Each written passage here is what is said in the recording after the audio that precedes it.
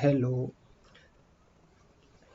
तो हम पढ़ रहे हैं यूवी स्पेक्ट्रोस्कोपी और यूवी स्पेक्ट्रोस्कोपी में हमने आपको बताया था कि जब किसी पदार्थ पर पराबैंगनी विकिरणें आपतित होती हैं तो उस पदार्थ के द्वारा पराबैंगनी विकिरणों के अवशोषण से विभिन्न प्रकार के इलेक्ट्रॉनिक ट्रांजिशन होते हैं। इलेक्ट्रॉन लोअर एनर्जी लेवल से हायर एनर्जी लेवल यानी कि बॉन्डिंग मॉलिक्यूलर ऑर्बिटल से एंटी बॉन्डिंग मॉलिक्यूलर ऑर्बिटल में इलेक्ट्रॉनों का ट्रांजिशन होता है, जिससे इलेक्ट्रॉन जो है वो अणु जो है वो उत्तेजित अवस्था में आ जाता है। ये जो यूवी विकिरणों के अवशोषण से ये जो इलेक्ट्रॉनिक ट्रांजिशन होते हैं ये 4 प्रकार के होते हैं। Sigma to sigma star transition, n to sigma star transition, pi to pi star transition और pi to pi star transition.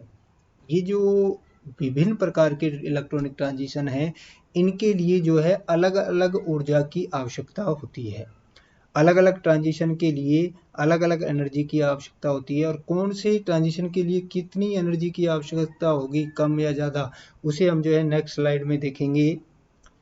इस डायग्राम जो है एनर्जी लेवल इलेक्ट्रॉनिक ट्रांजिशन जो डायग्राम है इससे जो है हम स्पष्टली देख पा रहे हैं कि sigma to sigma star sigma bonding molecular orbital से sigma anti bonding molecular orbital में जब इलेक्ट्रॉनों का ट्रांजिशन होता है तो सर्वाधिक ऊर्जा की आवश्यकता हो रही है।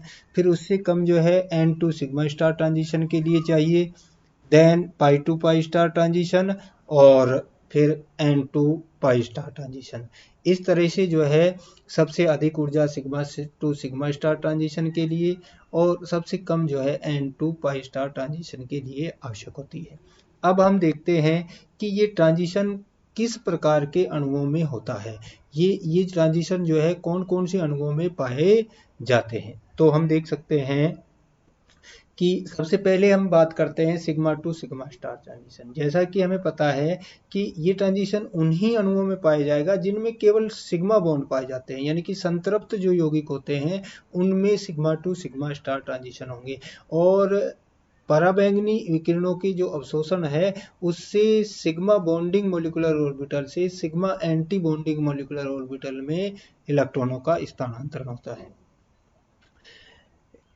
क्योंकि सिग्मा बॉन्ड जो है स्ट्रॉन्ग बॉन्ड होते हैं, इसलिए सिग्मा से सिग्मा स्टार में ट्रांजिशन के लिए एनर्जी की आवश्यकता होती है और इस ट्रांजिशन के लिए जो ऊर्जा का अवशोषण होता है वो फार यूवी रीजन से होता है, यानी कि कम तरंग दैर्ध्य वाले क्षेत्र से विकिरणों के अवशोषण से sigma to sigma star transition संपन्न होता है। इसी तरह से sigma to sigma star transition की यदि हम बात करें तो ये उन संतृप्त यौगिकों में पाया जाता है जिनमें जो है सिग्मा बॉन्ड के साथ साथ नॉन बॉन्डिंग मॉलिक्यूलर जो मॉलिक्यूलर ऑर्बिटल पाए जाते हैं और उनमें जो है नॉन बॉन्डिंग इलेक्ट्रॉन पाए जाते हैं, यानी कि ऐसे अणु जिनके अंदर जो है नॉन बॉन्डिंग इलेक्ट्रॉन युक्त अणु परमाणु सिग्मा बॉन्ड से बंधे होते हैं, जैसे ऑक्सीजन है, सल्फर है, नाइट्रोजन, हेलोजन, वो जो है इस तरह का ट्रांजिशन प्रदर्शित करते हैं। For example triphenylamine, methyl alcohol, methyl halide, इनमें जो लैम्डा मैक्स का मान जो है वो sigma to sigma star transition से कम होता है और इन ट्राइफेनिलएमीन के लिए जो लैम्डा मैक्स है 227, मैथिल एमीन के लिए 174 और मैथिल आयोडाइड के लिए 258 nm होता है। इसी तरह से नेक्स्ट यदि हम बात करें तो next pi to pi star transition, जैसा हम पहले बता चुके हैं कि ये उन यौगिकों में इस तरह का ट्रांजिशन होगा जिनके में जो है पाई बॉन्ड होते हैं, यानी कि असंतृप्त जो यौगिक हैं उनमें पाई टू पाई स्टार ट्रांजिशन पाया जाता है, जैसे एल्कीन है, एल्काइन है, कार्बोनिल यौगिक है, साइनाइड है और एजो जो यौगिक है उनमें इस तरह का ट्रांजिशन पाया जाता है। इस तरह के ट्रांजिशन के लिए जो आवश्यक ऊर्जा है वो एन टू पाई स्टार से अधिक लेकिन n to pi sigma star से जो है वो कम होती है। लास्ट जो ट्रांजिशन है वो है आपका pi to pi star transition. ये जो pi to pi star transition n to pi star जो ट्रांजिशन है ये ऐसे यौगिक जिनमें नॉन बॉन्डिंग और पाई बॉन्ड दोनों ही पाए जाते हैं उनमें इस तरह का ट्रांजिशन पाया जाएगा।